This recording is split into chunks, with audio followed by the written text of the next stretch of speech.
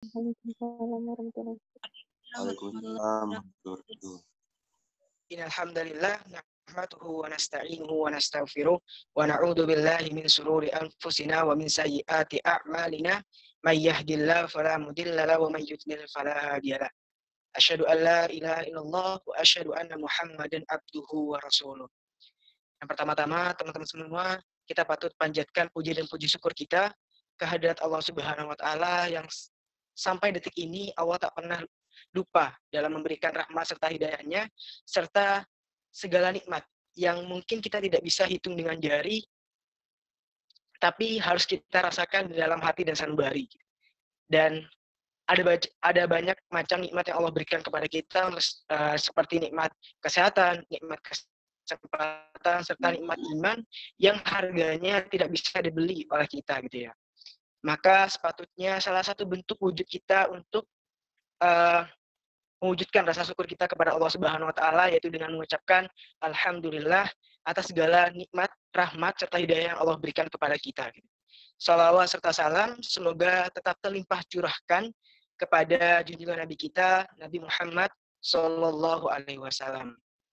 Karena berkat beliau lah gitu ya, Islam ini menjadi terang benderang. Kita menjadi bebas untuk menyebarkan syiar-syiar Islam gitu di Indonesia ini dan juga kita bebas melaksanakan forum-forum dakwah seperti yang teman-teman ikuti pada sore hari ini. Untuk mengefisienkan waktu, marilah kita buka forum MTA pada sore hari ini dengan bersama-sama membaca ta'awudz dan basmalah.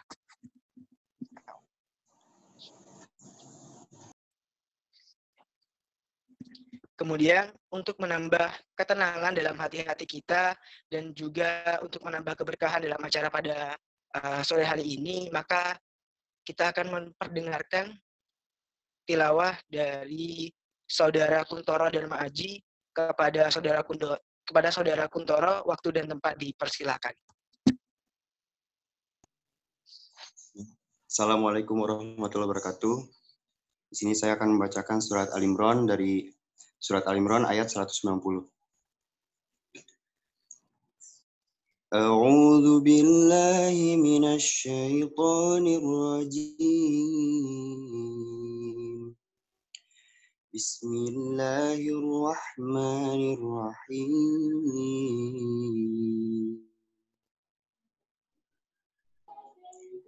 Alladzina yadhkuruna Allah qiyaman wa qu'udan wa 'ala junubihim wa yatafakkaruna fi khalqis samawati wal ardh. Rabbana ma khalaqta batila subhanaka faqina azaban nar. Shadaqallahul adzim. Assalamualaikum warahmatullahi wabarakatuh. Waalaikumsalam warahmatullahi wabarakatuh. Assalamualaikum warahmatullahi wabarakatuh. Maha benar Allah atas segala firman-Nya, semoga dengan dibacakan ayat-ayat Allah atau firman Allah ini dapat menambah ketenangan dalam hati kita gitu. Sebelum kita masukkan sesi inti pada MTA pada sore hari ini, maka sebelum itu kita untuk mencairkan suasana terlebih dahulu, teman-teman, ada sebuah games yang mana ini untuk menyegarkan wawasan atau ilmu pengetahuan kita terkait dengan keislaman, yang mana pada sore hari ini pemimpin dalam forum games ini akan dipimpin oleh Alvin. Kepada Saudara Alvin dipersilakan. Baik, terima kasih.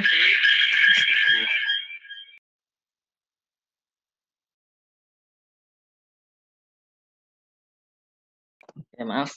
Jadi baik, terima kasih Mas Wahyu atas kesempatannya. Baik teman-teman, sebelum kita mulai materi pada sore hari ini, alangkah baiknya kita mencoba menyegarkan ingatan kita terlebih dahulu terkait sampai sejauh mana wawasan keislaman kita masih mampu kita ingat. Jadi pada sesi games kali ini, seperti yang teman-teman lihat di layar ya, kita bermain games bentuknya TTS ya. lihat itu ada kotak-kotak yang harus dilengkapi jawabannya.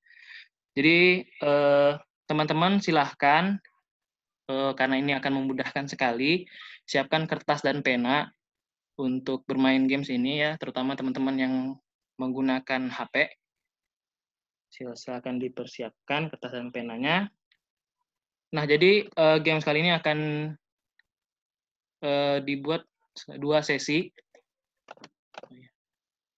Dibuat 2 sesi dan terdiri dari 5 pertanyaan setiap sesinya.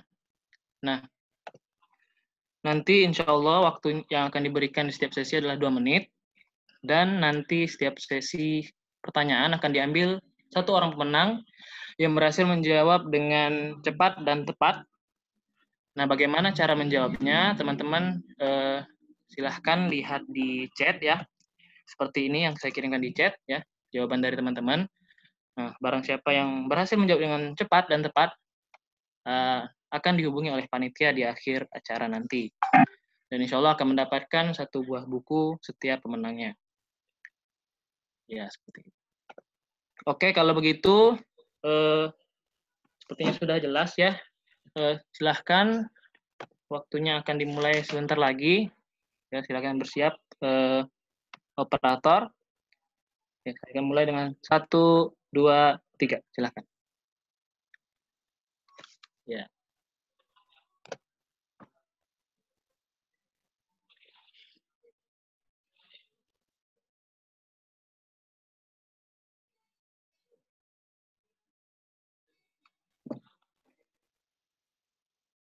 Jawabannya urut ya, jangan dipisah-pisah. Seperti yang saya kirimkan format chat itu.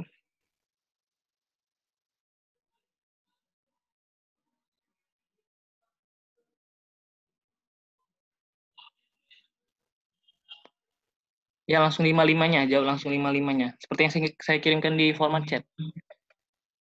Gitu.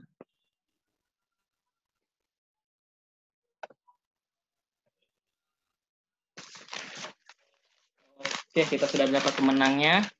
Selamat kepada Mas Khairun Naili, pada Mas Muhammad Pandu, menjadi pemenang di sesi pertama games kali ini. Ya, selamat kepada Mas Muhammad Pandu. Oke, kita lanjut ke sesi kedua. Caranya sama, ya. Silakan teman-teman bersiap-siap. Oke, silakan operator dipersiapkan. Oke. Kalau gitu games akan dimulai dari sekarang.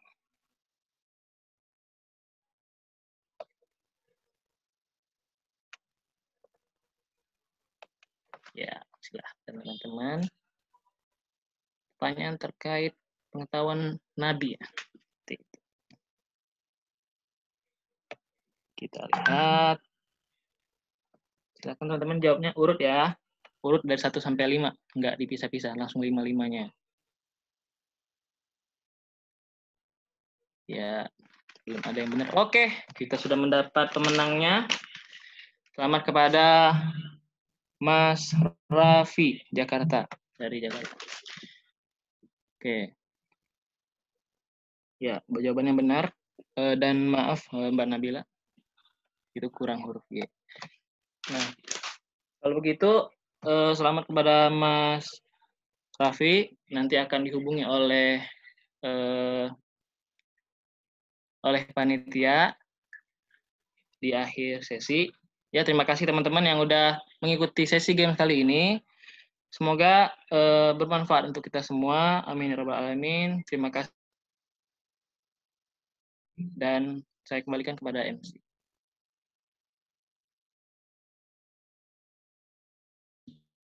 Saudara Alvin sudah menilainya forum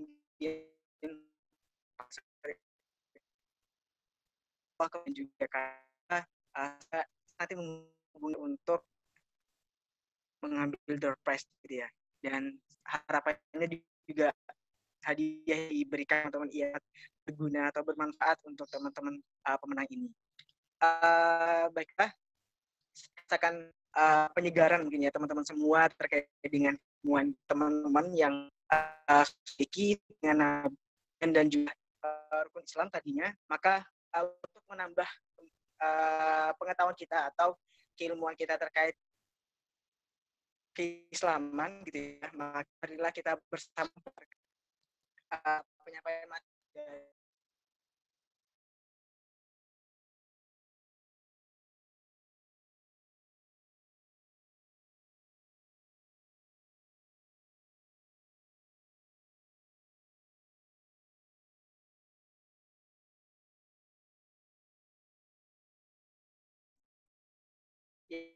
Mohon maaf tadi ada sedikit lanjutkan kembali. Allah membahas topik pada hari ini, intel melawan hawa nafsu dan juga pandai dalam menjaga waktu. Namun sebelum masuk ke dalam penyampaian materi, alangkah lebih baiknya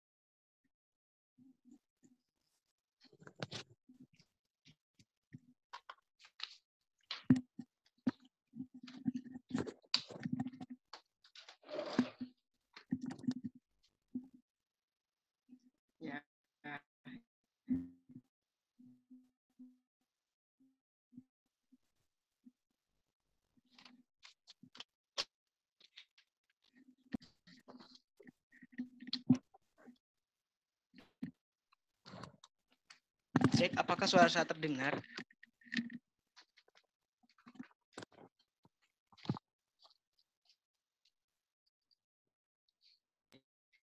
Alhamdulillahirrahmanirrahim. Ya teman-teman, kita lanjutkan kembali. Insya Allah bahasan kali ini kita akan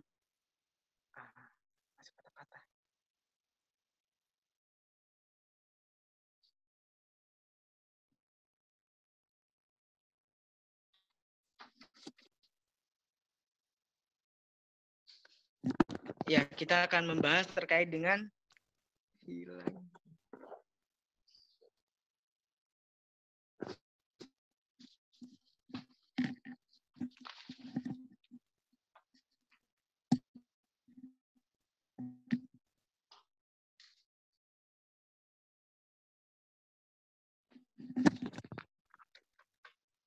ya.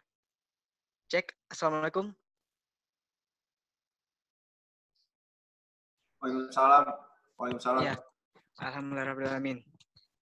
Ya, kita mungkin untuk mengefisienkan waktu, jadi insya Allah sebelum kita masuk ke dalam ustadznya mereka terkait dengan pada ini, untuk perkenalkan gitu ya pembicara kali ini. Insya Allah yang akan menjadi pembicara adalah Ustadz Muhammad Edgar Hamas. Beliau lahir di Bulungan 8 Maret 1900. Kita saat ini beliau adalah mahasiswa dan juga penulis. Sudah banyak beberapa buku yang 2 buku yang mungkin kita kenal gitu. Yaitu buku Untuk Kalian yang Rindu Perubahan, juga ada buku Belajar dari Negeri, serta ada 2 buku yang sedang dalam proses penerbitan, yaitu Aku Muslim dan Aku Bangga, dan buku Energy of Madinah. Serta beliau juga menulis di beberapa akun media sosial seperti di Instagram, FB, Telegram, serta Tumblr di akun media sosial Ustadz Edgar Hamas gitu. Riwayat pendidikan dari beliau yaitu S1 Fakultas Ushuluddin, Universitas Al-Azhar, Kairo, dan sekarang beliau sudah menempuh pendidikan di S1 Fakultas Dakwah dan Usuluddin, Universitas Islam Madinah dan Universitas Madinah Arab Saudi. Ya, begitu pengenalan terkait dengan pembicara kita pada sore kali ini.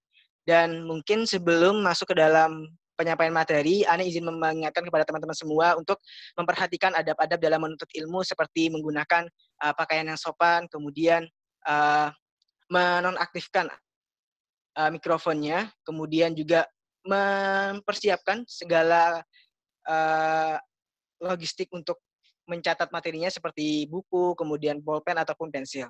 Silakan teman-teman persiapkan terlebih dahulu. Ya, jika sudah siap, maka mungkin Ani akan mempersilahkan kepada Ustadz Edgar Hamas untuk menyampaikan materi pada sore kali ini. Kepada Ustadz dipersilahkan. Terima kasih Mas Wahyu, betul? Ya, Ustadz. Ya. Jazakumullah khairan ahsanal jaza. Assalamualaikum warahmatullahi wabarakatuh. Alhamdulillah rabbil alamin. Waalaikumsalam. Wa bihi nasta'in wa ala umuri din wa din. Alhamdulillahil qail wal 'asr innal insana lafi khusr. Illa alladhina amanu wa 'amilus solihati wa tawassaw bil haqq wa tawassaw bis sabr. Wa qala aidan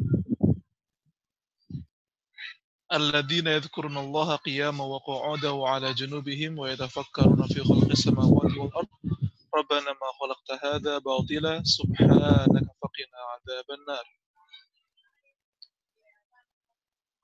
Mudah-mudahan teman-teman semuanya dalam keadaan yang baik. Sore hari ini kita bersyukur kepada Allah atas nikmat belajar, nikmat bisa diilhamkan oleh Allah untuk mudah mengikuti sebuah majelis. Gak sembarangan orang loh. Ini hari apa? Ini hari Sabtu. Hari Sabtu sore. Yang lainnya sudah merencanakan bagaimana ngedate malam ini bersama crush-nya. Ada yang sudah berencana untuk beli paket data supaya malam nanti bisa lembur nonton Netflix. Banyak rencana yang gak berguna. Tapi ada 164 orang yang berkumpul di forum virtual ini untuk mengkaji salasah min ashra muwasafat al-muslim al-haqiqi. Membahas 3 muwasafat, 3 sifat dari orang muslim yang ideal. Kita akan sama-sama membahas 3 sifat itu setelah sebelumnya sudah dibahas oleh gurunda kita semuanya, Ustadz Wahid Ramadan. Beliau juga salah satu guru saya, guru ketika di Husnul Khotimah. Dan saya merasakan mendapatkan sebuah amanat dari panitia untuk sama-sama teman-teman membahas 3 sifat muslim ideal itu. Maka kita akan sama-sama, sebelumnya saya sudah titip ke panitia untuk mengadakan slide ya. Saya sudah kirim slide. Bisa minta bantuan dari teman-teman panitia untuk bisa mempresentasikan slide-nya supaya kita bisa memudahkan.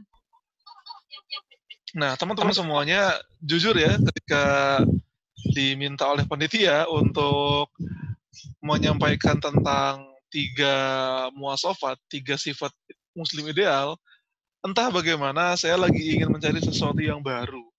Saya ingin membuat sebuah analogi yang sederhana ya.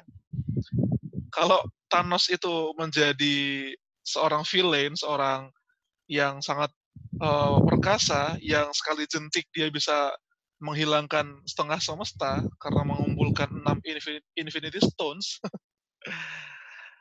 Ada 10 Infinity Energy barangkali. Ada 10 energi yang perlu ada dalam hidup seorang muslim supaya ketika dia melakukan hal sederhana, dia bisa melakukan hal itu dengan sangat berkualitas dan hal sederhana yang dia lakukan akan sangat berdampak pada dunianya dan dunia manusia lainnya.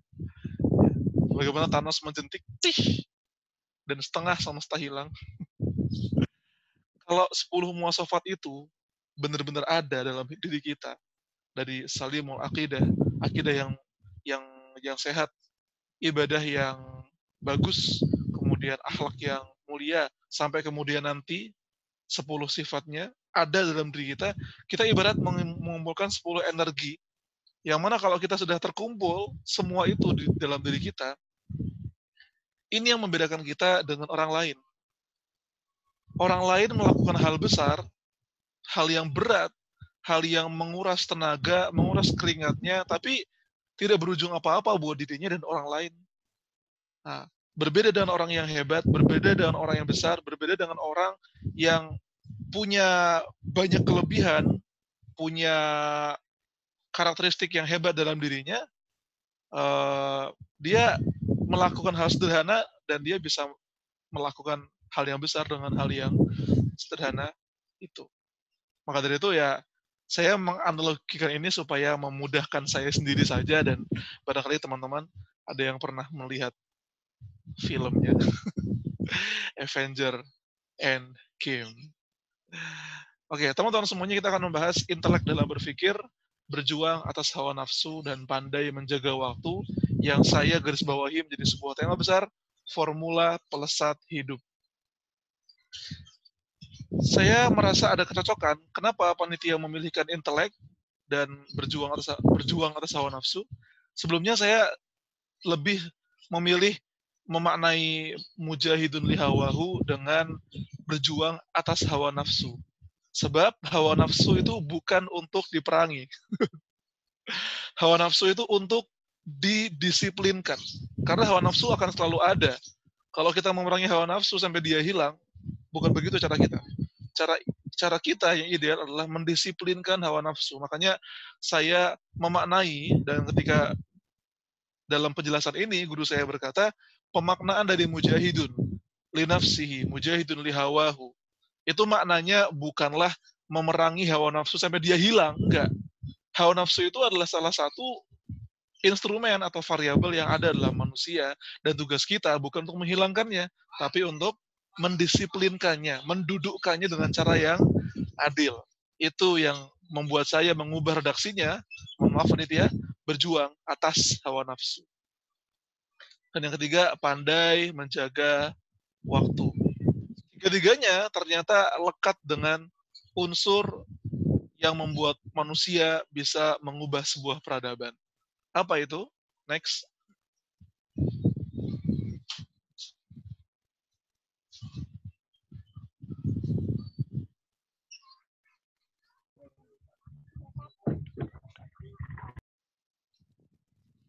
Nah, teman-teman semuanya, peradaban, sebuah peradaban, itu terdiri dari 3 hal. Ibarat sebuah pentas seni, sebuah panggung sandiwara, ada panggungnya, ada aktornya, ada durasinya, ya. Durasi, misalkan ada sebuah drama tentang Laila Majnun barangkali di sebuah universitas, dia akan ada contohnya di depan Masjid Al-Hurriyah IPB. Di lapangannya akan ada pentas seni. Durasinya Ba'da Isya sampai jam 10. Itu waktunya. Ruangnya ada di depan Masjid Al-Hurriyah. Dan aktor-aktrisnya adalah kakak-kakak panitia. Dan semua itu adalah unsur-unsur yang membuat pentas seni itu berjalan dengan baik. Kalau ruangnya ada, panggungnya ada, tapi aktornya nggak ada, dan waktunya nggak ada, ya tidak akan jadi yang namanya pentas. Kalau manusianya ada, aktor-aktrisnya ada, tapi durasinya belum ditentukan, dan panggungnya nggak ada, itu mau pentas seni atau mau demo? Kalau ruangnya ada, manusianya ada, panggungnya ada, aktor aktrisnya sudah ada, tapi nggak ditentukan durasinya kapan, ya orang bakal bingung kapan dia terjadi. Semua orang ngumpul Ba'da Isya, ternyata pentasnya habis subuh. Semua ini teman-teman semuanya adalah unsur yang membuat sebuah peradaban. Ruang, manusia, dan waktu. Dan kok pas banget ya panitia memilihkan tiga muasofat ini cocok dengan unsur-unsur yang membuat peradaban. Saya maksud intelek dalam berpikir, kenapa dia berpengaruh pada ruang? Karena kalau orang itu sebanyak-banyaknya orang jalan-jalan ke Amerika, ke Cina, ke Australia, tapi kalau dia nggak intelek, dia akan tetap menganggap dunia itu sempit bagi dia. Tapi kalau orang, meskipun dia nggak pernah jalan-jalan, tapi dia suka membaca, kemudian dia suka bertemu orang, dia suka merenung, dia memiliki akal intelektual, maka tempatnya yang ada di Bogor, di Dramaga barangkali. Dia nggak pernah ke China, dia nggak pernah ke Washington DC, dia nggak pernah ke Antartika, tapi ada ilmu pengetahuan dan ada wawasan luas yang ada dalam kepalanya, maka dia bisa melihat ruang dunianya dengan pandangan yang bening. Jadi luas sempitnya dunia bukan ditentukan dengan seberapa tebal isi paspor kamu terisi, ya. Cara pandang kita melihat luas atau sempitnya dunia ditentukan dengan bagaimana kepala kita memandang dunia. Ya. Ini ada pesan dari panitia sebentar. Apa ya? Oh ya. Oke. Siap. Sudah dikatakan tadi ya. Jadi semakin orang wawasannya luas, dia akan memandang dunia dengan sudut pandang yang bening. Dan semakin sempit wawasan seseorang, dia kemana-mana, dia nggak akan mampu untuk menerjemahkan informasi-informasi dunia itu di kepalanya. Orang jalan-jalan ke Mesir, tapi nggak mengilmui tentang Mesir, ya jatuhnya paling Instagram doang, keisi foto, habis itu ada di highlight-nya Mesir. Lagi di Mesir nih, foto Instagram di piramida, di Sphinx, apa-apa, nggak nemuin ilmu apa-apa, dia pulang, terus dia bilang ke orang-orang, aku ke Mesir nih, foto di piramida, foto di Sphinx, udah, foto doang, selesai. Hidupnya hanya untuk foto, gitu loh. Supaya, Instagramnya banyak yang nge-like. Itu ya. Yang kedua, manusia. Manusia benar-benar akan menjadi manusia yang utuh kalau manusia ini berjuang atas hawa nafsunya. Itulah kenapa banyak hari ini dunia kacau, dunia chaos, karena manusia menjadikan hawa nafsu sebagai raja bagi dirinya. Negara menjadikan hawa nafsu dalam menentukan undang-undang. Makanya, kenapa di Amerika kok LGBT jadi sah? Kenapa?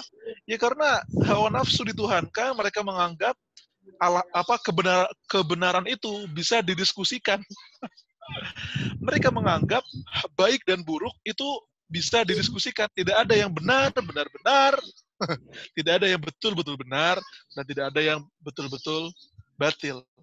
Al-haq dan batil, kalau hawa nafsu yang bicara, itu bisa didiskusikan. Marah nggak sih? Makanya, kalau kita berjuang atas hawa nafsu, kita akan benar-benar diantar oleh Allah menjadi manusia utuh, bukan manusia setengah atau manusia 2/3. Sementara waktu adalah satu variabel penting dalam peradaban. Dalam usia manusia juga. Ada orang umurnya 190 tahun, tapi dia ketika mati cuma mewariskan batu nisan, nama siapa, bin siapa, lahir kapan, mati kapan. Usianya panjang, tapi ketika dia mati, legasinya, warisannya, hanya nama itu. Karena dia tidak bisa mengelaborasi dan memaksimalkan kesempatan waktu yang dianugerahkan kepada dia. Tapi ada manusia yang usianya sedikit, 40 tahun, 50 tahun, tapi dia bisa menggulirkan perubahan yang besar sekali dalam sejarah manusia. Imam Nawawi wafat usia 40-an tahun, tapi kitab-kitabnya ada di mana-mana.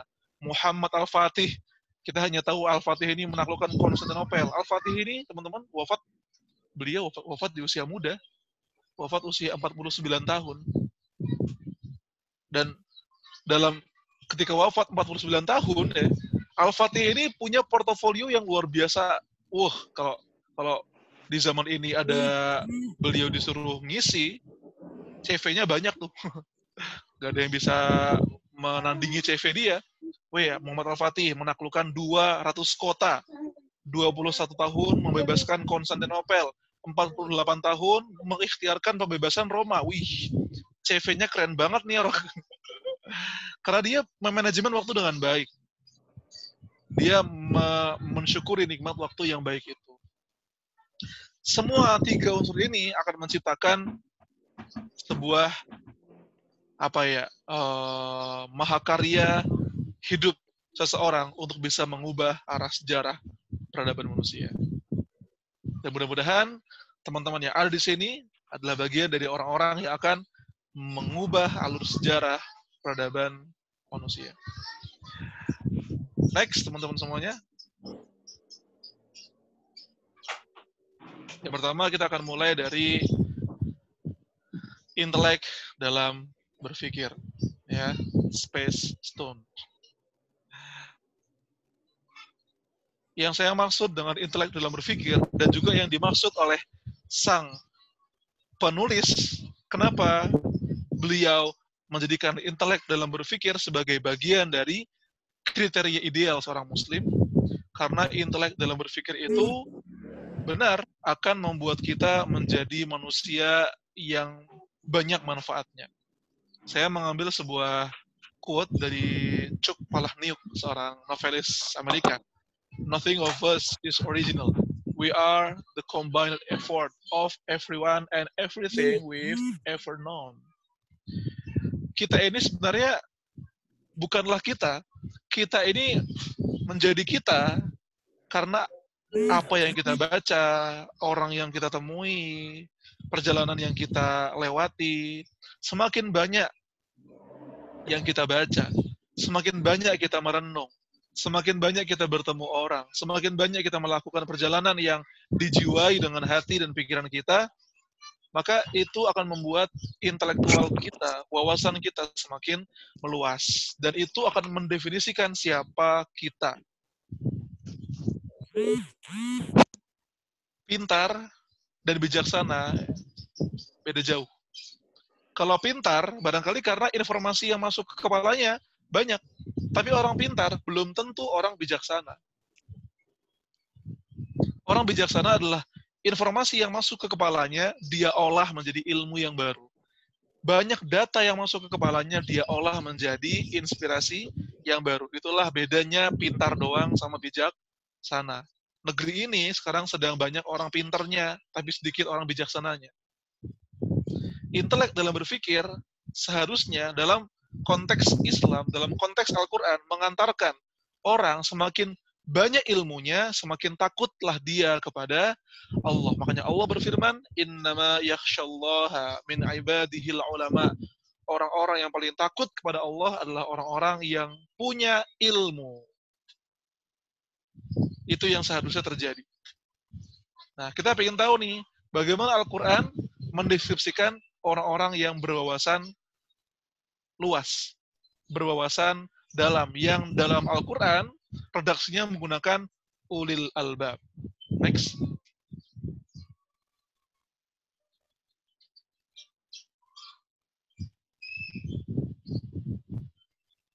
Nah, Al-Quran ini berkali-kali menyebutkan tentang ulul albab, orang yang berpikir, orang yang cerdas, orang yang unik sekali sih ketika Al-Quran ini menggambarkan tentang ulul albab dan betapa pentingnya kita untuk belajar menjadi orang-orang yang ulul albab. Ada banyak hal deskripsi tentang ulul albab dalam Al-Quran, tapi saya ringkas menjadi 3. Yang pertama, orang-orang kalau ingin wawasannya luas, kalau ingin daya tangkapnya akan dunia ini benar-benar kuat, orang kalau ingin memandang dunia dengan sudut pandang yang segar, yang bening, informasi yang banyak dipadu dengan hikmah dan kebijaksanaan di dirinya, maka dia harus yang pertama, see beyond the eyes, can see. Inna fi khalqis samawati wal ard wa ikhtilafil laili wan nahar la ayatin li ulil albab. Orang biasa hanya akan melihat matahari sebagai pelengkap harinya saja. Oh, ada matahari. Oh gitu, ya udah. Dia merasa matahari ya sekadar pelengkap harianya saja. Saya tahu matahari terbit ketika pagi, saya tahu matahari terbenam ketika sore, So, terus apa? Tidak ada sesuatu yang masuk ke kepalanya kecuali hanya informasi itu saja. Informasi yang benar-benar sederhana yang anak TK pun tahu.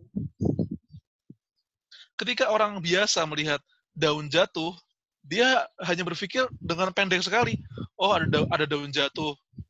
Ya sudah, ada apa dengan daun jatuh? Ada apa dengan daun jatuh? Ada apa ya yang bisa kita ambil pelajaran dari daun jatuh? Tapi,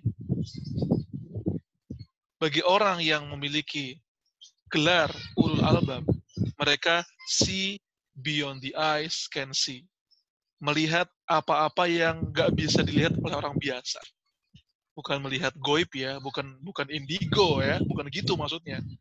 Tapi begini, ketika orang biasa melihat matahari, dia melihatnya hanya sebagai pelengkap harian saja. Orang beriman, orang ulul albab, memandang matahari sebagai salah satu tanda kebesaran Allah Subhanahu wa Ta'ala. Dia memandang matahari, kemudian dia merenung. Idza syamsu kuwirat. Akan datang masa ketika matahari digulung. Dan Allah Maha Kuasa menggulung makhluk sebesar matahari itu. Akan datang masa ketika matahari dibenturkan dengan bulan. La uqsimu biyaumil qiyamah wa la uqsimu binafsil lawamah. Ayahsabul insanu allan najma' idhamah. Dia berpikir bagaimana kelak di hari ketika manusia dikumpulkan di padang mahsyar dan matahari ada satu hasta di atas kepalanya. Dia berpikir jernih sekali. Dia bisa menangkap tanda-tanda kekuasaan Allah dari makhluk-makhluk Allah yang ada di sekeliling dia. Ketika dia melihat daun jatuh, dia mengingat firman Allah, "Wa ma tasqutu min waraqatin." Tidaklah sebuah daun jatuh di muka bumi kecuali Allah Maha Kuasa dan Maha Tahu bahwa daun ini jatuh. Daun jatuh di ujung malam, di tengah rintik hujan, Allah Maha Tahu. Apalagi apa yang ada di hati kita. Apalagi yang kita bisikkan ke orang-orang.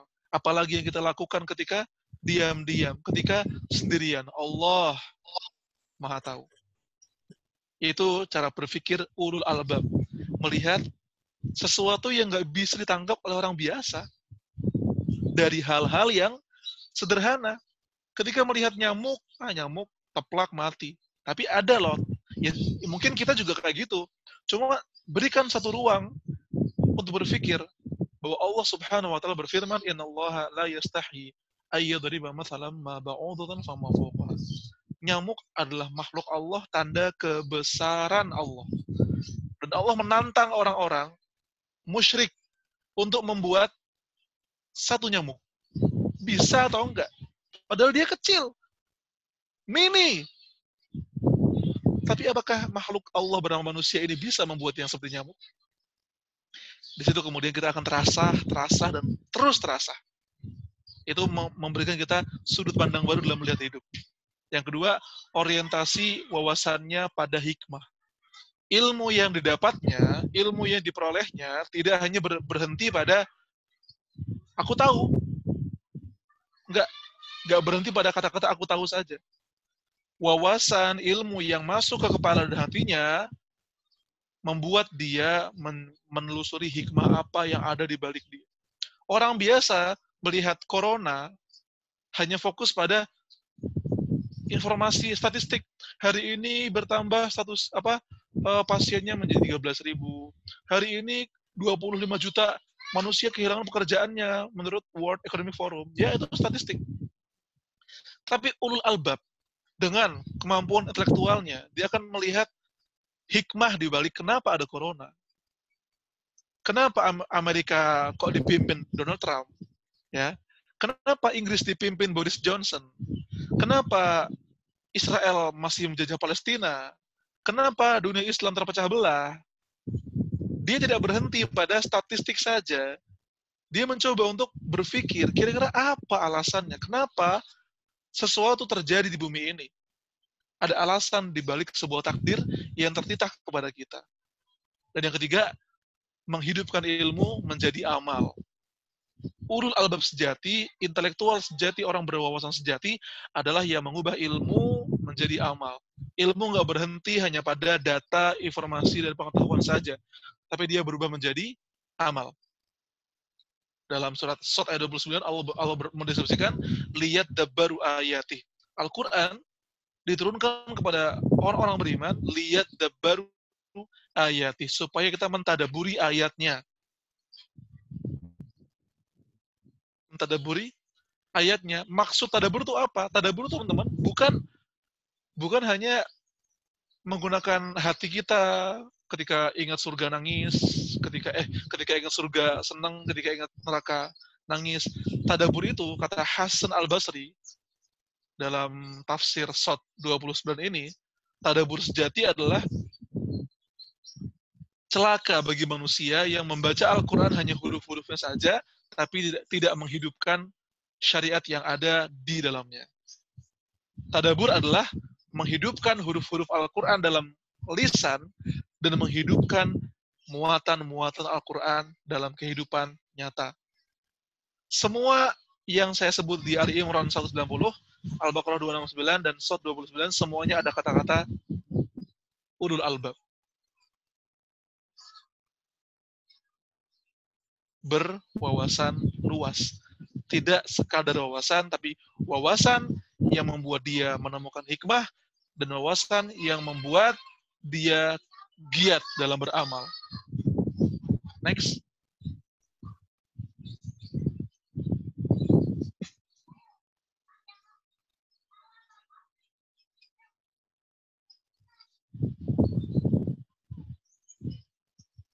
Nah, ini gambar sederhana yang membedakan orang biasa dan orang-orang yang memiliki kebijaksanaan. Yang pertama, data. Kalau informasi data masuk ke kepala kita, ya seperti titik-titik putih itu, kita nggak bisa membedakan. Sekedar masuk aja dari semua ilmu, dari semua berita. Dia menjadi informasi kalau kita bisa mengidentifikasinya.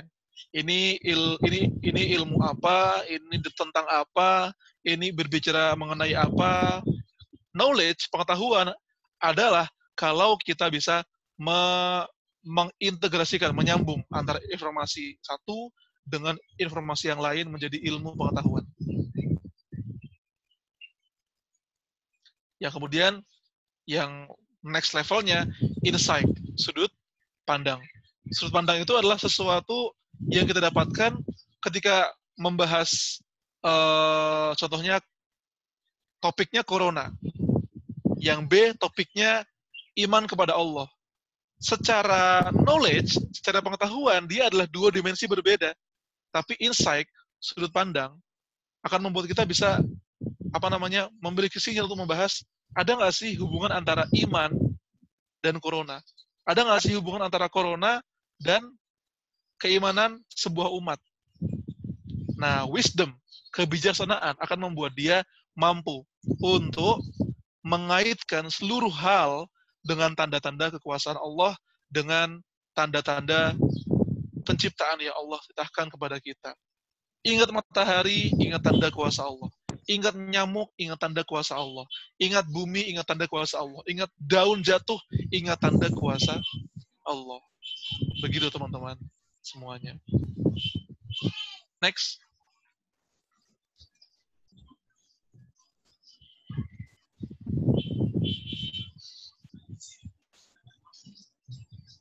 Nah, ini sebuah nasihat yang cukup penting buat kita dari Imam Abu Hamid Al-Ghazali. Kebebasan kita tergantung seluas apa cara pandang dan wawasan kita. Al-insanu yastati'u ayyazida min hurriyatihi bil ilmi. Manusia bisa meluaskan kebebasannya dengan ilmu. Ketika dia makin banyak ilmu, makin dia merdeka, makin dia bebas. Berkata Imam Al-Ghazali, al-insanu mukhayyarun fima ya'lam wa musayyarun fima la ya'lam. Manusia semakin banyak ilmunya, dia akan memiliki banyak pilihan. Tapi kalau dia tidak punya ilmu yang banyak, dia akan terpaksa melakukan satu pilihan. anna kullama ittasa'a ilmuhu ittasa'a majala hurriyatihi. Semakin banyak ilmunya, maka semakin luas kemerdekaannya, semakin luas kebebasannya. Ustadz, saya nggak paham. Perlu contoh. Orang, kalau dia baru tahu tentang ilmu sholat, dia baru belajar sholat, dia ketika sedang letih sekali dalam perjalanan, karena dia nggak tahu ilmu tentang sholat qashar, dia akan tetap sholat duhur 4 rakaat dan sholat asar 4 rakaat. Karena dia nggak tahu tentang ilmunya, dia sempit ilmunya tentang sholat. Maka sudah pula nggak ada air, sudah pula di perjalanan, dan dia taunya sholat itu harus wudu. Sholat itu harus kalau duhur 4 rakaat. Wah, susahlah dia mencari air, padahal itu di tengah-tengah perjalanan, gak ada air. Susahlah dia sholat 4 rakaat. Padahal, andaikan dia faham ilmunya lebih banyak, dia akan tahu kalau nggak ada air, dia boleh tayamum. Dan kalau dalam perjalanan, dia boleh mengqashar. Begitu, teman-teman semuanya. Semakin luas ilmu kita, semakin kita ini banyak pilihan yang bisa kita lakukan, banyak pilihan yang bisa kita lalui. Dan semakin sedikit ilmu seseorang, dia akan semakin sulit dalam hidupnya. Kenapa orang yang bodoh kok suka marah-marah? Ya sebenarnya marah itu adalah karena ekspresinya memandang hidup itu sekering itu. Karena hidup bagi dia kering, ya, dia jadinya suka marah-marah karena dia tidak menemukan kebebasan dan kemerdekaan dari kehidupannya itu. Semakin luas hidup seseorang, semakin luas ilmunya, maka semakin dia bisa berdinamika dalam kehidupan ini. Itu yang saya maksud. Itu yang Imam Ghazali maksud. Orang kalau banyak ilmunya, dia akan semakin enak dalam hidupnya. Semakin sedikit ilmunya, dia akan semakin susah dalam hidupnya. Next.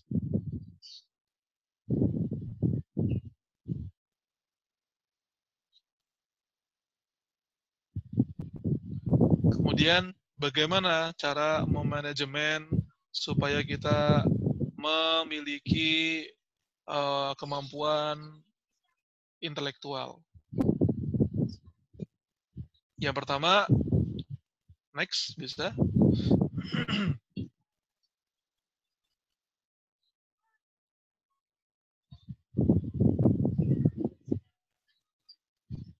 Iya. Cara untuk melatih pikiran untuk muthaqqaful fikri, meluaskan intelektual kita. Ya. Banyak orang terjebak, mereka menganggap muthaqqaful fikri, berwawasan luas, itu adalah kaum-kaum open-minded. Kaum-kaum yang katanya pikiran terbuka. Apakah kaum-kaum yang menamakan dirinya open-minded, open mind? Wah, 30 menit lagi. Ini baru mulai padahal. Apakah mereka benar-benar kaum yang berintelektual atau tidak? Maka ini adalah sebuah saripati saja. Cara melatih pikiran intelektual, satu, banyak referensi, banyak sudut pandang. Semakin kita punya banyak bacaan, punya banyak guru, kita akan semakin bijaksana dalam memandang hidup. Kenapa banyak orang baru belajar Islam, tapi kok langsung mengkafirkan, langsung membid'ahkan, langsung menganggap orang lain salah? Karena bacaan dia baru satu, karena guru dia baru satu, sehingga guru yang lain dianggap salah, sehingga ormas lain dianggap salah, sehingga komunitas lain dianggap salah. Yang kedua, orang kalau ingin bijak dalam berpikir, jangan cepat menyimpulkan. Apalagi menyimpulkan dengan emosi. Jangan menyimpulkan sesuatu keputusan ketika kamu sedang emosi. Simpulkanlah dengan baik-baik, dengan pikiran yang dingin. Dan yang ketiga, pandai membedakan sawabit dan mutaghayyirat. Silakan baca sebanyak-banyaknya, silakan berpikir sedalam-dalamnya, tapi bedakan mana yang sawabit, mana yang tetap, mana yang mutaghayyirat, mana yang berubah-ubah. Kadang orang ini karena dia menamakan dirinya kaum intelektual, dia mempertanyakan kenapa asar itu 4 rakaat. Kenapa kalau wudhu itu yang kentut pantat kita, tapi yang wudhu, kenapa yang dibasuh tangan kita? Padahal yang kentut kan bagian belakang kita. Ya, dia menanyakan sesuatu yang sifatnya sudah tetap. Kenapa Nabi Muhammad itu diutus di Mekah? Kenapa nggak di India? Kenapa nggak di Indonesia? Dia mempertanyakan sesuatu yang sudah tetap. Hijab itu tidak wajib. Hijab itu relatif. Nah, itu tetap sawabit. Jangan diusik yang sawabit ini. Usik bicaralah yang mutaghayyirat, tentang zaman, tentang teknologi, tentang pencapaian ijtihad, tentang keadaan dunia, tentang update informasi, itu mutaghayyirat. Next. Saya akan mencoba lebih ringkas lagi ya.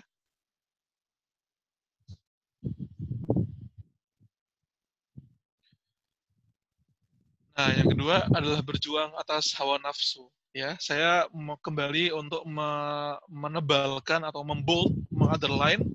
Saya memilih redaksi berjuang atas hawa nafsu, mengendalikan hawa nafsu, bukan memerangi hawa nafsu.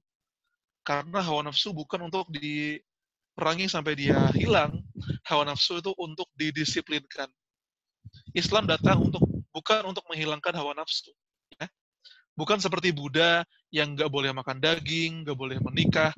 Bukan seperti pastor-pastor dan para suster yang tidak boleh membuat hubungan rumah tangga, tidak boleh punya pasangan. Bukan seperti para biksu-biksu yang hanya boleh makan bukan tumbuhan saja, herbivora, apa sih? Bukan herbivora. Seorang vegetarian. Susah banget ngomongnya. Islam ini ya nggak mengekang hawa nafsu. Anda boleh makan daging, Anda boleh bersujud, Anda boleh berpuasa, tapi Anda harus berbuka. Anda boleh sholat, tapi Anda harus tidur. Anda boleh menikmati ibadah, tapi Anda harus menikah. Makanya ada sebuah luar biasa, kata Abu Darda, kata Salman Al-Farisi ya, sholli wanam, sholatlah dan tetaplah tidur. Wa sum wa aftir, berpuasalah tapi jangan lupa buat berbuka puasa. Ya. Itu teman-teman. Islam datang untuk mendudukkan hawa nafsu di tempat yang adil. Jadi tugas kita ini adalah mendudukkan bagaimana caranya hawa nafsu ada di tempatnya yang semestinya. Kapan dia harus dia perlu dialirkan ke kanal yang tepat. Bukan buat dipotong, bukan buat dihilangkan, enggak. Itu cara sudut pandang terbaik dalam melihat bagaimana Islam mengatur hawa nafsu. Next. Note penting, saya kembali underline ini, semua kekacauan yang ada terjadi hari ini bermula dari hawa nafsu yang dijadikan pondasi.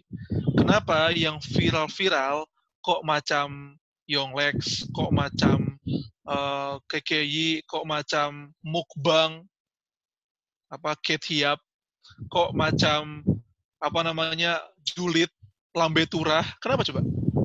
Kenapa akun-akun yang kayak gitu yang viral? Ya karena mereka menjadikan hawa nafsu sebagai pondasinya. Makin ngegibah orang, makin seru. Makin mukbangnya rakus, makin banyak viewernya. Makin suka nge-spill orang, makin banyak likersnya. Beda sama akun-akun para ustadz yang paling pol ya 200.000, 300.000 viewernya. Ya karena mereka semuanya menjadikan ilmu sebagai pondasi. Manusia itu ada 3 jenis manusia ketika dia menyikapi nafsunya, menyikapi hawanya. Yang pertama, nafsun mutmainnah, jiwa yang tenang. Itu nafsu yang dekat dengan ilmu, nafsu yang dekat hawa yang didekatkan dengan iman. Kita meminta pada Allah agar kita mendapatkan nafsu al-mutmainnah. Ya ayyatuhan nafsu al-mutmainnah, irja'i ila rabbiki radiyatan mardiyah. Ada nafsu an-nafsul lawamah. Dia kadang baik, dia kadang buruk. Ketika dia beribadah, dia bersemangat. Ketika dia bermaksiat, dia nyesel, dia bertaubat. Itu sebagian besar dari kita. An-nafsu al-lawamah. Ada baik buruk, ada dosa, ada taubat, itu sebagian besar diri kita seperti itu. Ada yang paling nggak benar, ammaratun bisu, nafsu yang selalunya setiap hari, setiap menit, setiap jam memberikan dia arahan, perintah untuk melakukan hal-hal yang diharamkan. Maka kita berdoa, ya Allah, Allahumma ja'alna min nafsil mutmainnah.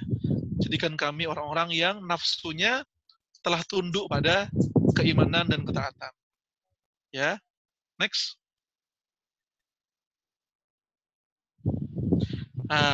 Menjadi manusia utuh. Kalau kita berhasil mendudukkan nafsu di tempat yang benar, maka kita menjadi manusia yang utuh. Karena Allah Subhanahu wa Ta'ala berfirman, walaqad wattini wazaitun wa turi sinin wa hadzal baladil amin. Laqad khalaqnal insana fi ahsani taqwim. Sungguh telah kami ciptakan manusia dalam bentuk sebaik-baiknya. Ahsani taqwim. Tsumma radadnahu asfala safilin. Tapi kemudian Allah dengan mudah menjatuhkan manusia ke tempat yang rendah. Karena dia menjadikan nafsunya sebagai drivernya. Dia menjadikan nafsunya sebagai masinis dalam hidupnya. Maka kalau teman-teman ingin menjadi manusia utuh, yang benar-benar manusia, yang memanusiakan diri manusia Anda, jadilah orang yang berhasil mendudukkan hawa nafsu. Karena kalau manusia kalau dia manusia ngikutin nafsu mulu, ulaika kal an'ami bal hum adall. Mereka kayak binatang ternak, bal adall, bahkan lebih sesat. Hewan saja beradab dengan mengawini yang lawan jenis. Orang kalau nafsunya udah nggak terkontrol lagi, teman-teman. Coba tuh, si Gilang, si bungkus tuh. Ngapain dia? Sudah pula gay, dia fetishnya membungkus orang dengan kain jarik. Reinhard Sinaga, orang Indonesia yang seharusnya terkenal dengan kearifan kebijaksanaannya, dia malah menjadi predator, memalukan bangsa Indonesia. Ada lagi banyak orang-orang yang kalau nafsunya udah jadi nahkodanya,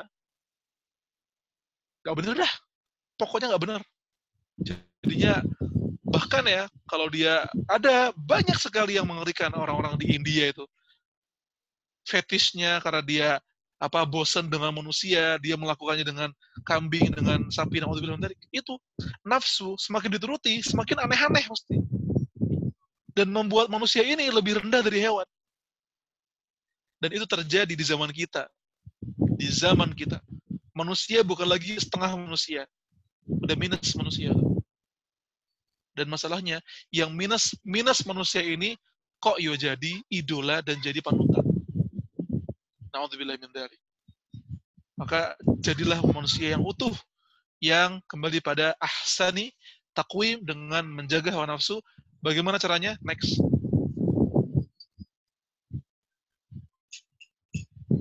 Salah satu caranya melatih kedisiplinan hawa nafsu adalah wong kang soleh kumpulono. Itu salah satu cara yang akan cepat, teman-teman semuanya. Wong kang soleh kumpulono. Banyak-banyaklah berkumpul dengan orang soleh. Itulah kenapa Opik membuat syair yang dengan judul Obat Hati, ya, Tombo Hati. Obat bagi hati agar nafsunya terkendalikan. Tahu nggak sih faktanya, Obat Hati yang dibuat Opik dalam nasyidnya itu bukan karya Opik. Obat Hati yang ada 5 perkaranya itu adalah sebuah nasihat dari seorang salafus saleh bernama Ibrahim Al-Khawas. Jadi Opik nggak ngarang itu Obat Hatinya. Dia mengambil nasihat dari seorang ulama di masa-masa salafus saleh bernama Ibrahim Al-Khawas. Dawaul Qulub khamsah. Obat hati itu ada 5. 5 ini termasuk akan sangat menentukan bagaimana kita mendisiplinkan hawa nafsu. Tombo ati ikul di mempertarane kaping pisan maca Quran lan maknane. Membaca Quran akan melembutkan hati. Kaping pindo apa sih? Ya, teman-teman tahu lah ya. Silakan buka di lirik Google-nya, saya juga gak lupa, tapi ada yang ketiga, wong kang soleh kumpulono. Salat wengi lakonono yang kedua. Salat malam didikanlah. Kemudian ketiga, wong soleh kumpulono. Yang keempat, ngingu weteng ingkang suwe. Berpuasa. Puasa bisa mendisiplinkan hawa nafsu. Itulah kenapa Rasulullah, siapa man istata'a minkumul ba'ah falyatazawwaj. Siapa yang sudah bisa melakukan aktivitas biologis berhubungan, maka hendaklah dia menikah. Kalau dia tidak bisa menikah, maka berpuasalah untuk menundukkan dan mendisiplinkan hawa nafsunya. Yang keempat, zikir wengi lakonono. Perbanyaklah zikir di malam hari, gitu teman-teman. Yang kedua, istilzat at-ta'ah. Gus Baha pernah berkata, orang itu kalau sudah tahu lezatnya taat, dia nggak perlu mencari kelezatan dalam hawa nafsu. Orang itu kalau sudah mengilmui indahnya sholat, dia nggak akan sempat untuk memikirkan hal-hal yang aneh-aneh. Karena dia sudah mendapatkan kelezatan hidup itu dalam ibadah. Nah, bagaimana caranya kita memperoleh kelezatan dalam ibadah? Kok ya baca Quran enak sekali. Baca zikir itu kok nyaman sekali. Sholat kok rasanya dingin, seger sekali. Itu didapatkan dari pembiasaan. Didapatkan dari ilmu. Jadi ibadah itu dilandasi dengan ilmu. Ketika sholat, jiwai al-fatihahnya, jiwai doa iftitahnya, jiwai bacaan tahiyatnya, jiwai itu, hayati itu.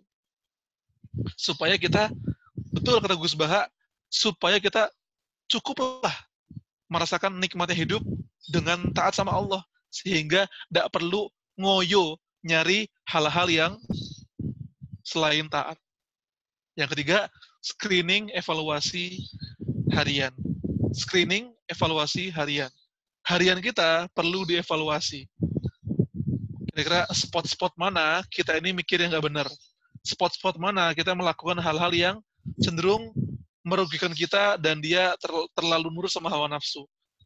Catat itu, kemudian di screening, untuk kemudian dilihat polanya. Ini saya hawa nafsu saya kebanyakan di mana? Apakah saya hawa nafsunya berat di suka makan, makanya GrabFood sama GoFood-nya kok banyak sekali ini? Atau saya terlalu bernafsu belanja, ngelihat Shopee pengennya belanja mulu, ngelihat Tokped pengennya belanja mulu? Atau saya terlalu bernafsu melihat anime, dia melihat anime selama ratusan season sehingga membuat dia lalai dari ibadah lainnya, ya itu semua nafsu. Ngelihat Netflix kebanyakan, ngelihat Tokopedia bawaannya pengen beli mulu, ngelihat GrabFood atau GoFood pengennya pesan makanan mulu, itu perlu benar-benar di screening untuk kemudian ditahan. Perlu ada yang namanya rem, perlu ada yang namanya menahan. Oke. Next. Terakhir adalah tentang manajemen waktu, time stone. Pandai merawat waktu. Hasan al-Basri berkata, manusia innamal insanu ayyam, kullama dhahabat ba'duha dhahabat. Manusia itu sejatinya adalah kumpulan hari-hari. Jika berlalu sebagian hari, maka hilanglah sebagian jatah manusia. Kita adalah kumpulan waktu. Kita adalah kumpulan detik. Semakin lama detik ini berlalu, semakin panjang menit ini berlalu, semakin habislah kita. Semakin sedikitlah kesempatan kita. Itulah hakikat dari waktu. Waktu adalah kita. Dan waktu akan berakhir. Tandanya kita akan berakhir. Next.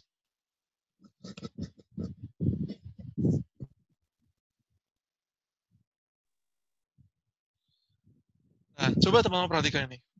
Islam sangat menjunjung tinggi waktu.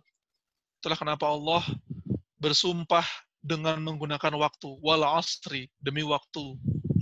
Wal laili, demi malam. Wan nahari, demi siang. Ya kan? Ya kan? Coba lihat dalam Al-Quran. Allah bersumpah dengan waktu, mengindikasikan betapa pentingnya waktu. Karena dalam Al-Quran, Allah tidak akan bersumpah kecuali dengan sesuatu yang amat penting. Makanya Imam Syafi'i berkata, kalaulah Quran ini hanya surat Al-Asr saja, wal asri, innal insana lafi khusrin. Sungguh, dia telah cukup bagi umat manusia. Karena Allah sangat menekankan kita ini, Allah bersumpah dengan waktu. Sungguh semua manusia dalam keadaan rugi.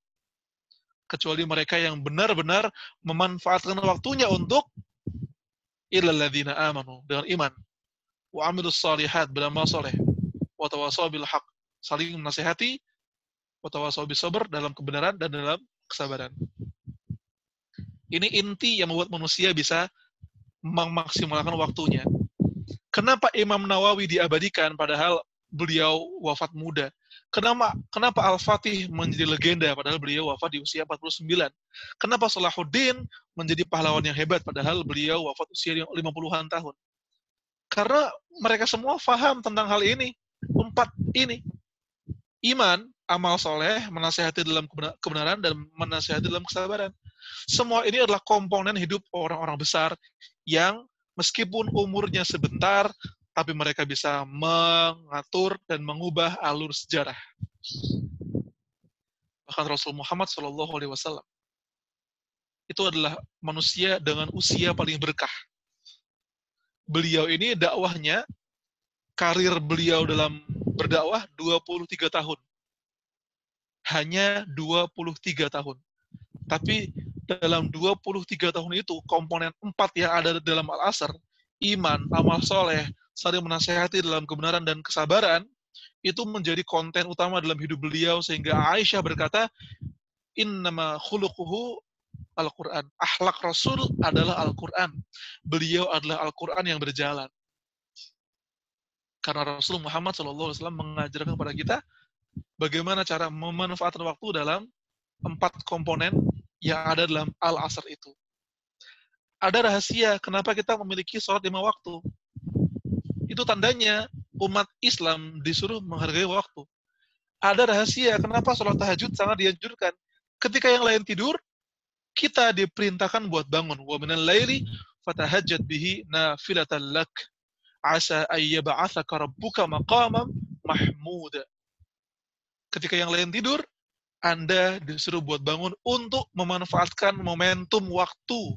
Karena Allah turun di setiap sepertiga malam terakhir. Ada rahasia kenapa Allah memuliakan beberapa waktu dibandingkan yang lain.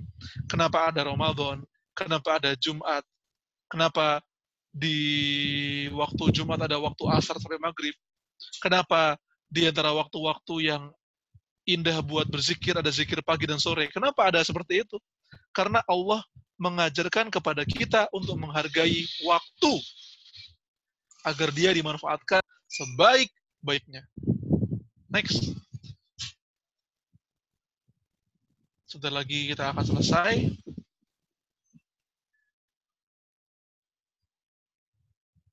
Nah, Buya Hamka berkata, dan ini adalah tamparan yang sangat keras buat kita, buat saya, buat teman-teman. Salah satu pangkerdilan terkejam dalam hidup adalah membiarkan pikiran yang cemerlang menjadi budak bagi tubuh yang malas. Kita punya pikiran, ide yang luar biasa. Kita punya passion yang luar biasa. Kita punya rencana yang hebat, tapi semuanya menyerah kepada rebahan di atas kasur. Kita punya ide yang cemerlang, tapi semuanya menyerah di hadapan YouTube. YouTube siapa? Entah podcast Deddy Corbuzier, atau melihat podcast-podcast lainnya, Raditya Dika, atau lainnya. Nggak masalah sih. Cuma kalau hidup kita kok habis di depan HP, kita benar-benar zalim kepada kepala kita, zalim kepada badan kita. Kita punya ide luar biasa, kita punya rencana yang wah, A, B, C, D, sampai Z, plannya banyak. Tapi semuanya menyerah ketika kita berhadapan dengan media-media yang ada di layar gadget kita. Ya, coba kita istighfar sama-sama. Astaghfirullahaladzim. Kita tidak menghargai waktu, kita tidak menghargai nikmat detik, menit, dan jam yang Allah karuniakan kepada kita. Ide cemerlang itu seharusnya tidak menjadi budak bagi tubuh yang malas. Ya. Next. Orang-orang besar, teman-teman semuanya, adalah selalu orang-orang yang menghargai waktu. Waktu kita adalah portofolio kita. Andaikan nanti di hadapan Allah, ya, coba teman-teman kalau misalkan lagi mau ngelamar kerja atau mau ngelamar nikah, pasti ada CV kan, kurikulum vitae. Dan di situ ada portofolio, pernah jadi juara apa, pernah jadi MC di mana, panitia apa, ikut agenda apa, lomba apa, ya kan? Jadi pengurus jadi apa. Waktu kita adalah sebuah lembaran putih yang harus kita isi dengan portofolio kita. Nanti di hadapan Allah, CV kita juga akan dibaca. Ya, CV kita akan dibaca. Seluruh umur kita dari usia balik sampai kita mati, itu akan dibacakan di hadapan Allah dan juga dibacakan di hadapan seluruh manusia. Maka saya membayangkan betapa bangganya Salahuddin Al-Ayyubi ketika suatu kali nanti di akhirat CV-nya disebutkan Salahuddin Al-Ayyubi, pembebas Masjid Al-Aqsa. Betapa indahnya waktu yang dimaksimalkan oleh Salahuddin sehingga ketika di akhirat CV-nya dia dibacakan di depan manusia dan dia bersyukur bahwa dia benar-benar menempatkan ide cemerlang dia untuk membebaskan Al-Aqsa, dia serahkan kepada badan yang rela untuk lelah di jalan Allah. Betapa indahnya ketika Tariq bin Ziyad dibacakan CV-nya di depan manusia atas waktu kesempatan yang Allah berikan pada dia ketika hidup. Selama hidupnya Tariq bin Ziyad di usia 40 tahun membebaskan Andalusia, mengislamkan 100.000 orang. Masya Allah. Ya, kita nggak akan, barangkali, bukan nggak akan ya, mungkin untuk mencapai portofolio hidup seperti orang-orang yang tadi saya sebut, itu kok jauh sekali. Tapi kita bisa memanfaatkan waktu yang kita punya untuk menciptakan portofolio yang jernih, yang oke, yang rapih, hingga ketika nanti kita bertemu dengan Allah, CV kita disebutkan dan kita tidak malu. Ya. Edgar Hamas, sebagian besar hidupnya untuk nonton Game of Thrones. Selesai dari season 1 sampai season terakhir, diulang lagi. Aduh. Wah, rugi, malulah kita. Ya. Waktu kita adalah portofolio kita. Jadi, benar-benar nih, kalau kita mau ngelamar aja, portofolionya dilengkapin benar-benar kan?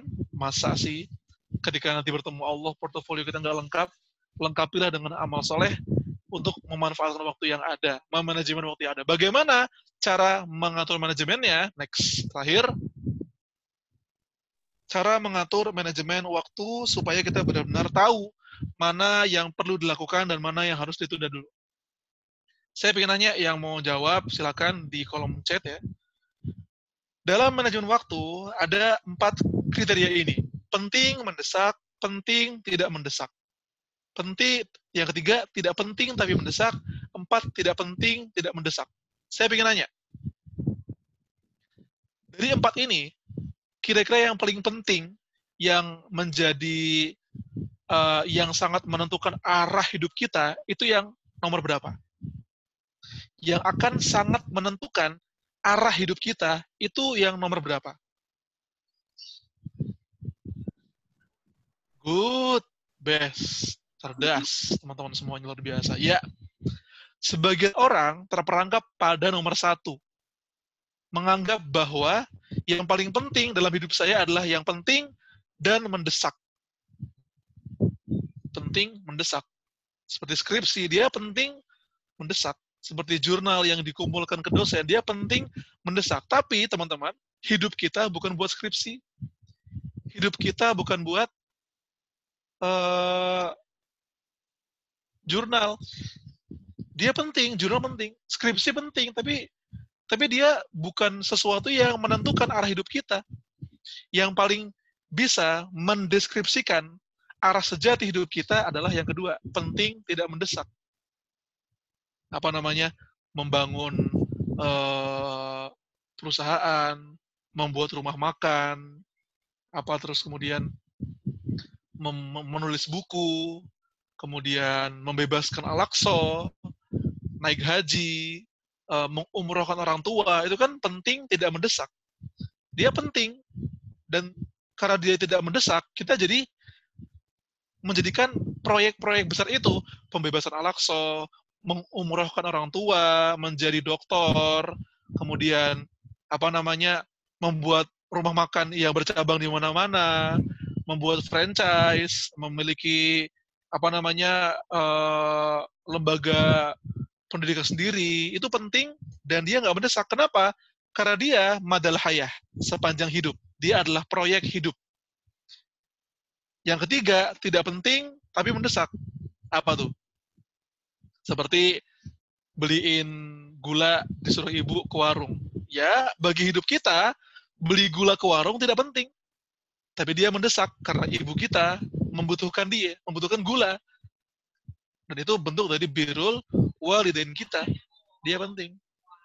Tidak penting, tapi mendesak. BAB tidak penting, tapi mendesak. Hidup kita tidak diukur dari BAB kita, tapi dia mendesak. Karena kalau kita nggak BAB, apa yang terjadi kemudian? Yang keempat, ini yang perlu dihindari. Sudah pula nggak penting, nggak mendesak pula. Seperti apa? Seperti sebagian besar hidup kita. Astagfirullahaladzim. Ya Rahman. Mudah-mudahan kita bisa benar-benar mengelaborasi ya. Fokus ke titik yang kedua itu. Karena dia menyangkut cita-cita jangka panjang kita. Kalau yang pertama, itu cita-cita jangka pendek kita. Yang ketiga, tentang keseharian kita. Tentang beliin makanan buat lauk, beliin gula buat ibu, pesenin itu dong, gula pasir di warung sebelah, ya itu nggak penting, mendesak. Karena dia bentuk dari birrul walidain. Yang keempat, hindari. Sudah pula nggak penting, nggak mendesak pula. Kayak nonton updatean film serial Korea. Wih, aneh belum lihat serial Korea terbaru. World of Marriage People nggak tahu juga saya. Belum nonton, itu tandanya Anda tidak update. Dia nggak penting dan dia nggak mendesak juga. Dan nggak akan ditanyakan oleh Allah nanti di akhirat. Apakah Anda melihat serial Korea itu? Enggak. Allah menanyakan kita tentang yang penting, tidak mendesak, penting, mendesak, tentang. Maka dari itu, kalau mau membuat cita-cita jangka panjang, poin 2. Garis bawahi. Kalau mau membuat cita-cita jangka pendek, buatlah yang penting dan mendesak. Yang mana penting dan mendesak ini merupakan bagian dari peritilan-peritilan atau bagian dari cita-cita jangka panjang itu. Yang ketiga, tidak penting tapi mendesak, itu bukan bagian dari rencana, dia bagian dari keseharian kita saja ya. Kita butuh makan, kita butuh ke mandi, kita butuh jalan-jalan ke mana, itu tidak penting tapi mendesak. Walaupun minkum, semoga kita bisa menjadi orang yang inteleknya tidak hanya intelek banyak ilmu, tapi juga ilmunya jadi amal. Yang kedua, kita bisa mengendalikan dan mendudukkan hawa nafsu di tempat yang benar. Dan yang ketiga, kita bisa memanajemen waktu dengan manajemen yang baik. Assalamualaikum warahmatullahi wabarakatuh. Waalaikumsalam warahmatullahi wabarakatuh. Waalaikumsalam. Jazakallah kepada Ustadz Edgar Hamas atas penyampaian materinya. Jadi tadi disampaikan terkait dengan 3 poin. Yang pertama terkait dengan meluaskan intelektual kita, kemudian yang kedua adalah berjuang atas hawa nafsu, dan yang ketiga adalah waktu gitu. Pandai dalam mengatur waktu. Untuk mengefisienkan waktu, insya Allah kita akan langsung untuk masuk pada sesi tanya jawab. Alhamdulillah udah terpilih 3 penanya.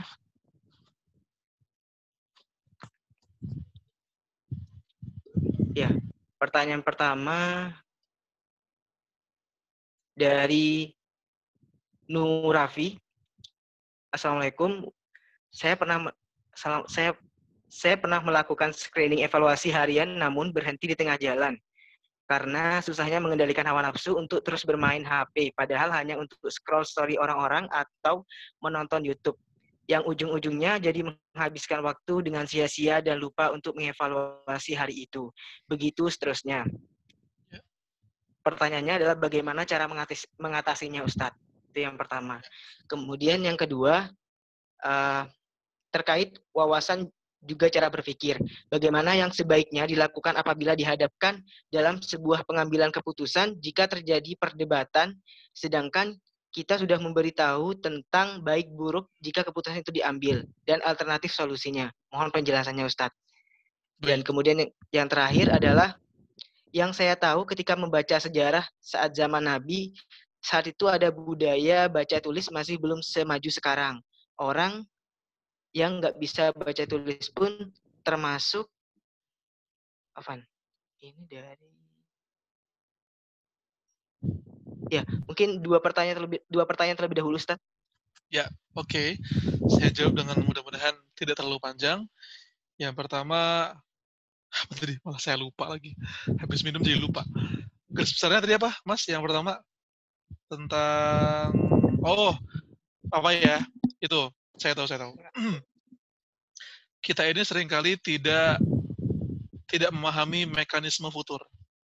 Itu yang membuat orang tuh berhenti di tengah jalan. Ketika dia berhenti, dia nggak mau mulai lagi. Karena kita tidak memahami futur itu apa. Ya, Rasul Muhammad SAW bersabda, setiap amal itu ada futurnya. Futur itu adalah fase di mana kita down, fase di mana kita butuh menepi sedikit, fase di mana kita memang butuh rehat. Ini fase saja, ini episode saja, ini satu timing saja buat istirahat dan menepi. Kalau Anda berjalan, Anda butuh menepi. Tapi karena orang tidak memahami futur itu hanya episode saja, ketika dia menepi, dia benar-benar menepi dan tidak melanjutkan perjalanannya. Padahal futur itu merupakan, dia seperti gelombang ya. Jadi namanya iman itu yazid wa yanqus. Yazid wa yanqus. Yazid wa yanqus. Bertambah, berkurang. Bertambah, berkurang. Banyak orang salah memandang iman itu harus naik terus. Ketika suatu saat dia dihadapkan dengan malas, dia turun, dia nggak paham bahwa itu merupakan bagian dari perjalanan imannya. Maka ketika dia turun, dia putus asa. Dia menganggap itu adalah akhir. Dia menganggap itu adalah the end. Nggak ada terusannya. Padahal yang namanya hidup, iman, itu bergelombang. Ya, kita men-screening harian kita mengevaluasi, kita berusaha buat ketat dalam keseharian kita. Tapi ada masanya memang, kita akan malas untuk men-screening itu. Kita akan futur dalam mengawasi diri kita sendiri. Oke, ada waktunya, silakan menepi. Silakan, bukan saya bilang silakan futur ya, tapi futur itu pasti ada. Saya nggak bilang silakan futur, tapi futur itu fitrah, dia pasti ada. Tapi begini, kalau kita dilanda futur, kita butuh menepi, habis menepi, jangan lupa isi bensin. Banyak orang ketika menepi, dia benar-benar menepi, sehingga dia nggak meneruskan perjalanan. Padahal menepi itu adalah untuk berhenti, kemudian silakan makan snack, atau Anda silakan ambil uang di ATM, di rest area, tapi jangan lupa isi bensin Anda. Kalau Anda menepi selama 1 jam, maka tambahlah perjalanannya 2 jam. Kalau Anda menepi 2 jam, maka tambah perjalanannya menjadi 4 jam. Setelah 4 jam, Anda butuh menepi lagi. Menepilah 30 menit. Tapi habis itu berjalan 60 menit atau 7 jam. Jadi kalau Anda futur 2 tangga, naiklah 4 tangga. Kalau Anda futur 1 tangga, naiklah 5 tangga. Itu perlu kita pahami. Ya. Yang kedua, tentang sejarah bukan yang tentang debat ya, tentang intelektual. Kalau kita dihadapkan dengan sebuah perdebatan, padahal kita sudah mengatakan baik dan buruknya, ya, perdebatan merupakan sesuatu yang harus dihindari dalam banyak hal, ya. Perdebatan sesuatu yang perlu dihindari, walau kuntum ahaqqu bihi. Maka Rasul Muhammad Shallallahu Alaihi Wasallam bersabda, Allah ini menjamin sebuah rumah di surga bagi orang yang menghindari debat, padahal dia bisa memenangkan debat. Man tarakal mira wa huwa ahaqqu bihi. Allah menjamin rumah di surga bagi seseorang yang meninggalkan debat, padahal orang ini bisa memenangkan debat itu. Kenapa? Debat itu seringkali berorientasi pada pembenaran, bukan kebenaran. Beda sama diskusi. Diskusi kan orientasinya kebenaran, bukan pembenaran. Kalau debat itu mainnya udah pakai emosi. Makanya debat pun, ya debat ya itu ya, ada debat yang benar, ada debat yang nggak benar. Kalau debat ujungnya debat kusir, tinggalkan. Bahkan Syekh Mustafa As-Sibai berkata, kamu menjawab pikiran kontroversi lawan bicaramu dengan sebuah tulisan lebih baik daripada kamu mendebat dia semalaman penuh tanpa menggunakan sebuah buku. Ya, karena ngalor ngidul, ujung-ujungnya dia merasa benar dan kamu tetap dalam pendapat kamu, dia nggak bisa ditundukkan dengan argumentasi. Lebih baik membalasnya dengan tulisan. Itu kata Dr. Mustafa. Mungkin itu dia secara ringkas.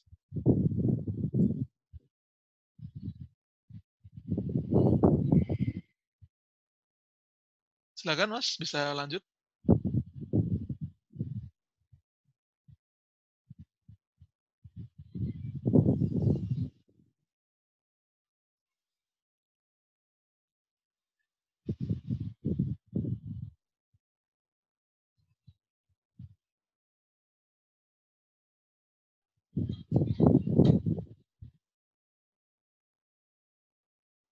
Sepertinya, halo? Cek. Ya. Ya, oke. Sudah.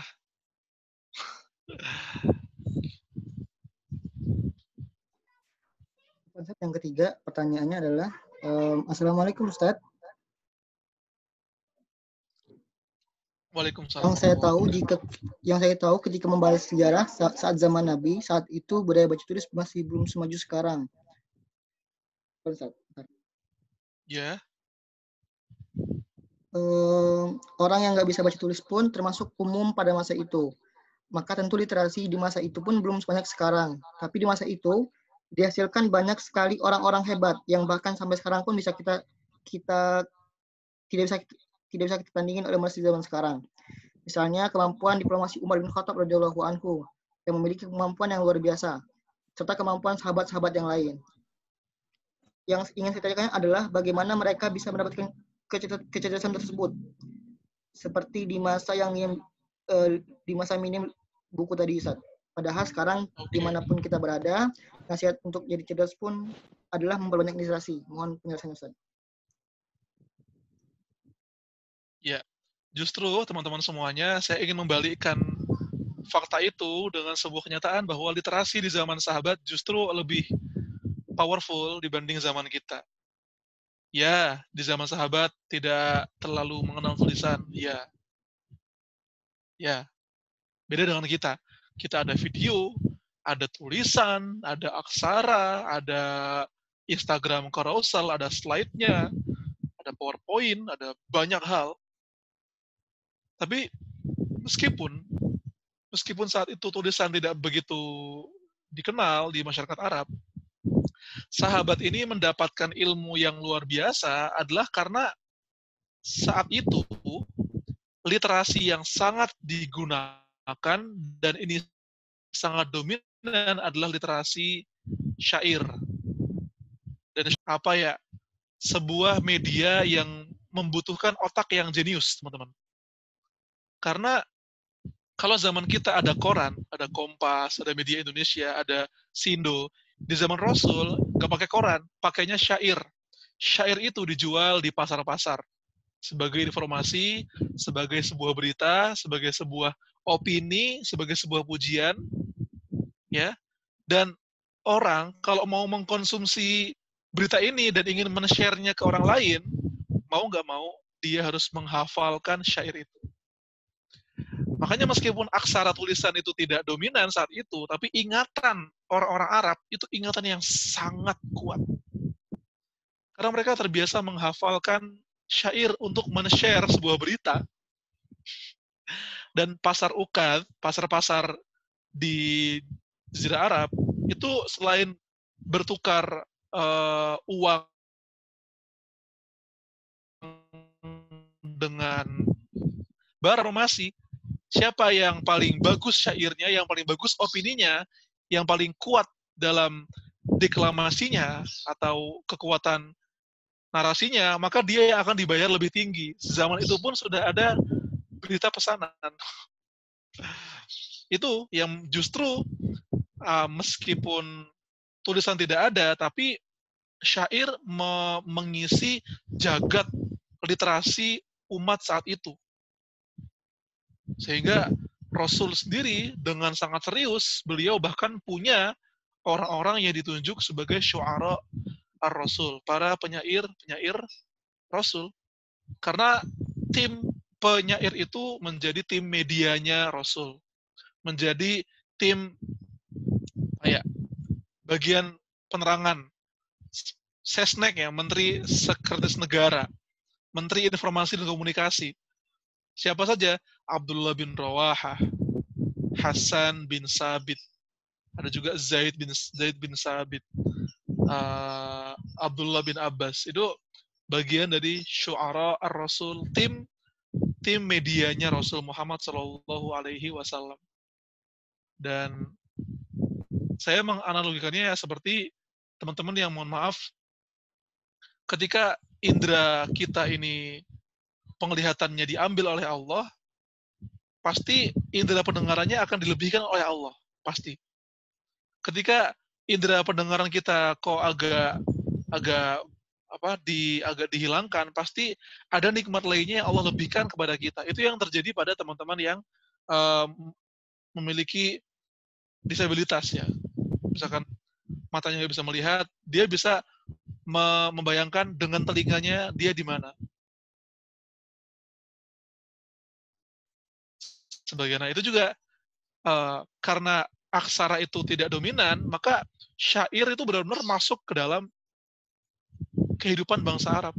Dia dihafalkan, dia disampaikan, dia saling balas-membalas media dengan syair. Sehingga bahkan dalam perang pun, perang syair dulu. Bahkan dalam memotivasi pasukan Yarmuk pun, Abu Sufyan bersyair dulu, Hindun bersyair dulu. Karena saat itu literasi yang digunakan karena tulisan belum dominan adalah menggunakan syair. Dan dia menjadi media ilmu yang sangat hebat, sangat kuat. Begitu. Mohon maaf kalau terlalu panjang. Wallahu a'lam. Ya, terima kasih kepada Ustadz atas jawaban dari setiap pertanyaan. Dan mohon maaf juga kepada teman-teman yang sudah menanyakan di kolom komentar, karena keterbatasan waktu juga, jadi kita belum bisa membahas semua pertanyaan teman-teman gitu ya. Ya mungkin terakhir dari forum kali ini, yaitu sesi materi dan juga tanya jawab, mungkin Ustadz bisa memberikan closing statement dari perjumpaan kita hari ini, Ustadz. Baik. Rekan-rekan semuanya yang dirahmati oleh Allah Subhanahu wa Ta'ala, kita belajar 3 muwasafat pada sore hari ini. Yang saya bilang, semakin kita ini melengkapi diri kita dengan 10-10-nya, 10 sifat muslim ideal, maka hal sederhana yang kita lakukan akan sangat berdampak besar bagi orang banyak. Karena kita sudah mengupgrade skill kita. Kita sudah mengupgrade diri kita. Termasuk tadi, intelektual dihubungkan dengan bagaimana cara kita memandang ruang, memandang bumi. hawa nafsu, bagaimana cara kita memandang diri kita sendiri, dan waktu, bagaimana cara kita menghargai dan memanajemennya. Orang intelektualnya lebih, ketika dia lebih banyak wawasannya, dia akan melihat dunia lebih jernih. Ketika dia berhasil mendisiplinkan hawa nafsunya, dia akan bisa lebih bijaksana dalam hidupnya dan dia menjadi manusia utuh. Dan ketika dia bisa manajemen waktunya, dia akan mampu untuk memanfaatkan, memaksimalkan waktunya sehingga menjadi portofolio. CV yang akan dengan bangga dibacakan atasnya di hari akhirat nanti. Ya. Kita membahas ini bukan hanya untuk informasi saja. Jadikan pembahasan ini masuk ke laci ideologi kita, masuk ke laci tadabur kita. Jangan cuma dicatat saja kemudian dihilangkan atau nggak dipedulikan. Kita perlu menghidupkan 10 muasafat ini dan kita benar-benar nyatakan di dunia nyata. Oke, begitu. Wallahu a'lam bishawab. Ya, Masya Allah atas segala ilmunya ya. Jazakallah kepada Ustadz. Jadi teman-teman semua, dari ketiga poin tadi terkait intelektual dalam berpikir, berjuang atas hawa nafsu, dan juga pandai dalam menjaga waktu, itu adalah sebuah unsur yang harus kita penuhi dalam kita menjadi seorang muslim, karena ini tiga unsur untuk mewujudkan suatu peradaban gitu ya. Iya, untuk acara selanjutnya yaitu doa. Insya Allah doa pada sore kali ini akan dipimpin oleh Ustadz Edgar Hamas. Mohon kesediaannya Ustadz untuk memimpin doa pada sore kali ini. A'udzu billahi minasyaitonir rajim. Bismillahirrahmanirrahim. Hamdan syakirin, hamdan na'imin, hamdan yuwafi ni'amahu wa yukafi'u mazidah. Ya Rabbana lakal hamdu kama yanbaghi li jalali wajhikal karim wa 'azimi sultanik. اللهم اجعلنا محرر المسجد الأقصى المبارك. اللهم اجعلنا من الذين مثقفوا الفكر، واجعلنا من الذين يجاهدون في هواه، واجعلنا من الذين ينظمون في أوقاته، واجعلنا من المسلمين الذي استوصفوا بصفات الحسنة. يا رحمن يا رحيم ارحمنا واجعلنا من المسلمين المصلحين المنتجين،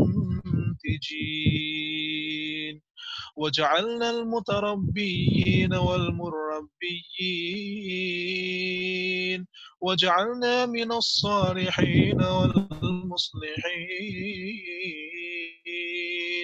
واجعلنا من أولي الألباب وأولي الأبصار، واجعلنا من الذين يستمعون القول ويتبعون أحسنه. ربنا اغفر لنا ولوالدينا وارحمهم كما ربونا صغارا. ربنا آتنا في الدنيا حسنة وفي الآخرة حسنة وقنا عذاب النار. سبحان ربك رب العزة عما يصفون وسلام على المرسلين والحمد لله رب العالمين. السلام عليكم ورحمة الله وبركاته. Waalaikumsalam warahmatullahi wabarakatuh. Alhamdulillahirrabbilalamin. Allah telah memberikan kelancaran dan kemudahan dalam setiap rangkaian acara pada sore kali ini. Anda ucapkan terima kasih kepada Ustadz dan juga teman-teman semua yang sudah menyempatkan waktunya untuk mengakhiri forum kali ini. untuk juga kita mengungkapkan rasa syukur kita kepada Allah, maka sepatutnya kita mengucapkan alhamdulillah atas kelancaran dan kemudahan yang Allah berikan pada forum kali ini. Dan untuk menyempurnakan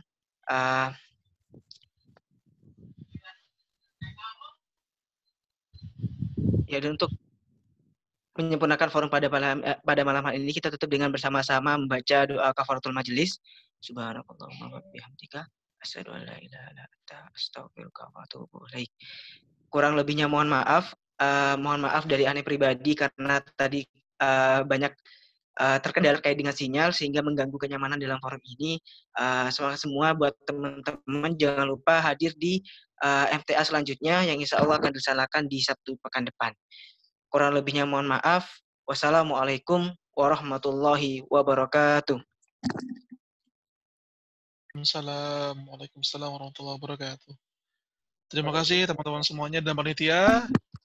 Assalamualaikum warahmatullahi wabarakatuh. Salam Salahuddin Yazid Live ya. Iya, terima kasih Ustaz. Oke. Waalaikumsalam warahmatullahi wabarakatuh.